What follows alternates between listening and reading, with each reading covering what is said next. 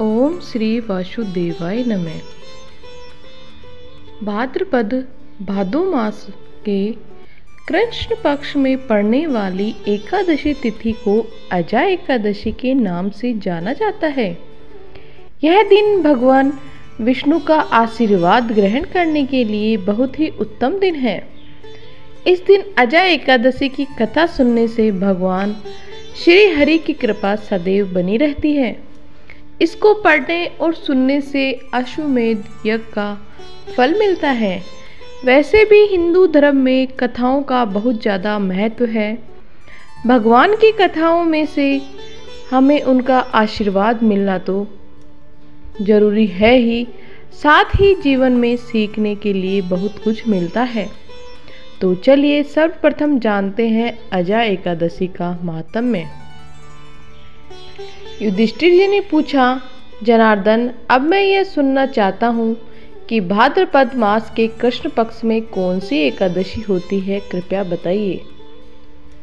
भगवान श्री कृष्ण बोले, राजन, एक चित होकर सुने। भाद्रपद मास के कृष्ण पक्ष की एकादशी का नाम अजा है। वह सब पापों का नाश करने वाली बताई गई है। जो भगवान ऋषिकेश का पूजन करके इसका व्रत करता है उसके सारे पाप नष्ट हो जाते हैं। पूर्व काल में हरिश्चंद्र नामक एक विख्यात चक्रवर्ती राजा थे, जो समस्त भूमंडल के स्वामी और सत्य के प्रतिज्ञ थे। एक समय किसी कर्म का फल भोग प्राप्त होने पर उन्हें राज्य से भ्रष्ट होना पड़ा।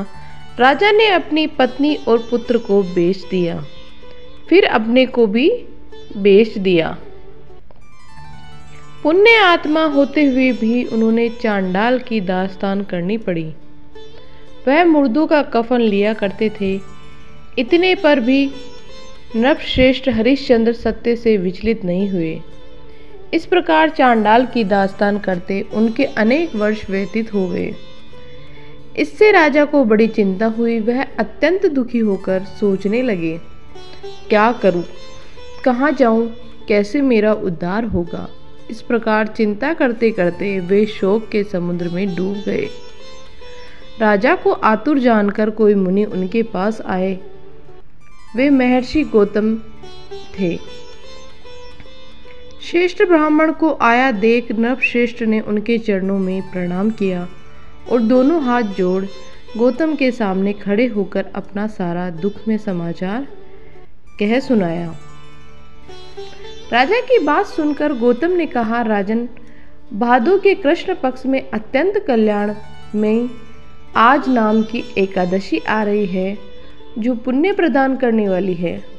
इसका व्रत करो, इससे पाप का अंत होगा। तुम्हारे भाग्य से आज के 7वें दिन एकादशी है।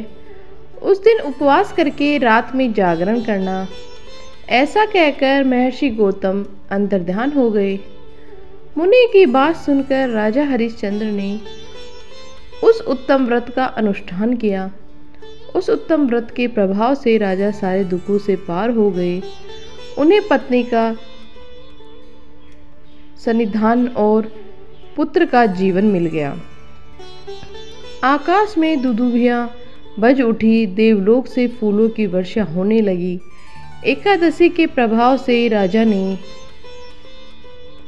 अकंठे राज्य प्राप्त किया और अंत में पुरजन तथा परिजनों के साथ स्वर्गलोक को प्राप्त हो गए। राजा युधिष्ठिर, जो मनुष्य ऐसा व्रत करते हैं वह सब पापों से मुक्त हो स्वर्गलोक में जाते हैं।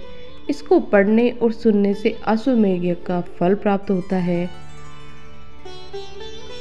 व्रत और त्योहारों की जानकारी प्राप्त करने के लिए हमारे चैनल पे ऐसे ही जुड़े रहें। जय श्री कृष्णा, जय श्री कृष्णा।